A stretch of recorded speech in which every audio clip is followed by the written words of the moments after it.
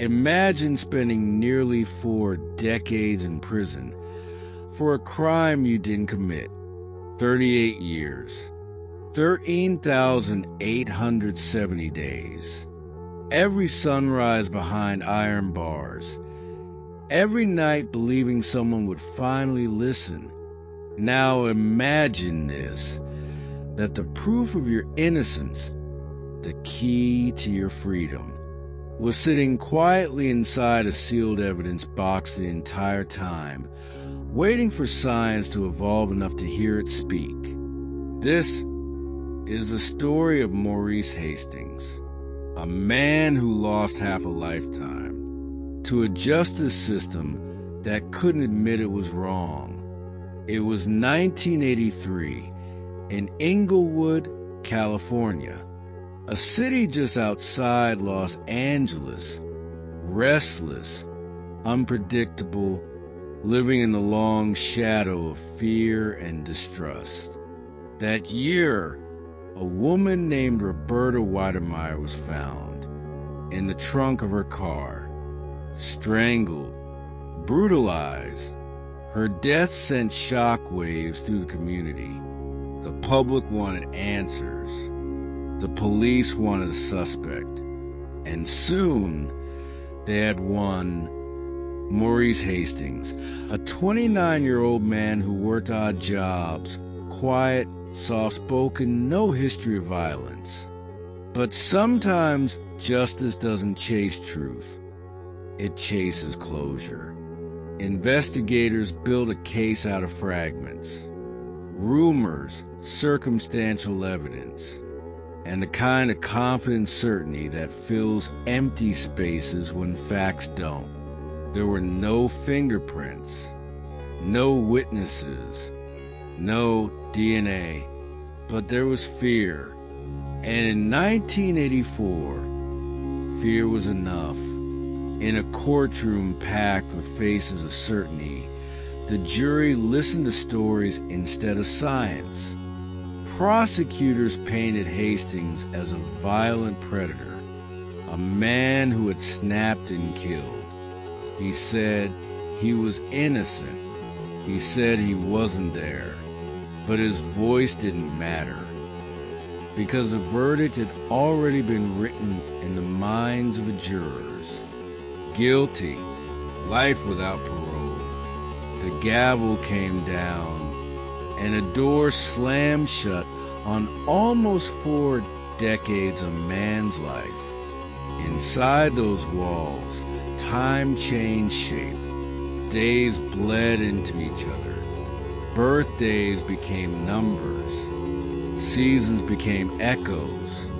Maurice Hastings refused to confess, not because of pride, but because he had nothing to confess to.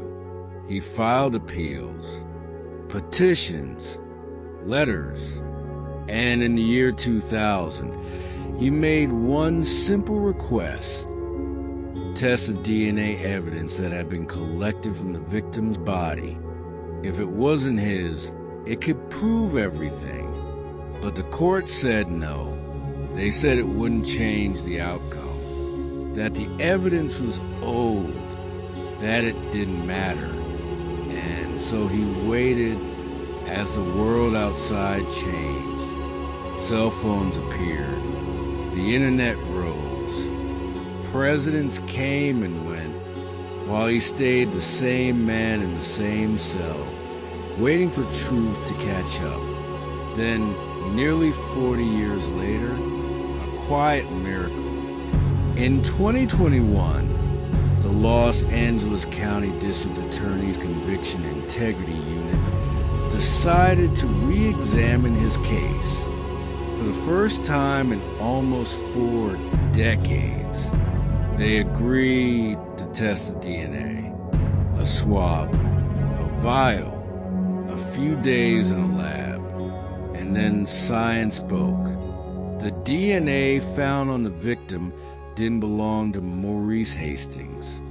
It matched another man, Kenneth Packnett, a convicted felon who had since died in prison. In that moment, everything changed. The evidence that once buried him became the very thing that set him free. In October 2022, Maurice Hastings walked out of prison, a free man at 69 years old. He smiled for cameras, but behind that smile was something heavier. 38 years of lost time. He said quietly, "I prayed for this day. I never stopped believing it would come." For most, it was a moment of triumph. For him, it was complicated. Freedom didn't feel like victory. It felt like survival. Because how do you reclaim 38 years? The birthdays you missed, the people who stopped writing, the world that moved on without you. Months later, in a historic decision, a judge declared Maurice Hastings factually innocent, not just released, not pardoned, but officially, completely proven innocent. The same justice system that had silenced him was now forced to say the words he had waited to hear since 1984. He did not do it. But freedom without accountability is only half the story. Maurice filed a civil rights lawsuit against the City of Inglewood and the officers who put him away, not for revenge, but for recognition. And in August 2025, after 2 years of legal battles, Inglewood agreed to pay $25 million, one of the largest wrongful conviction settlements in California's history. $25 million for 38 years. If you do the math, that's roughly $1,800 a day. The cost of a sandwich, a bus ride, and a man's stolen youth. He accepted it, not because it made him whole, but because it made the world admit it was wrong. He said, "No amount of money could give me back what I lost. But at least now, someone finally listened." Maurice Hastings' story isn't just about one man. It's about the cracks in a system built on certainty. A system that confuses confidence for truth and speed for justice. How many others are still waiting in silence, their innocence buried beneath time, waiting for a single DNA strand to whisper their name? It's easy to say the system works, until it doesn't. And when it fails, it doesn't just take freedom. It takes futures. It takes faith. 38 years. One test. One truth.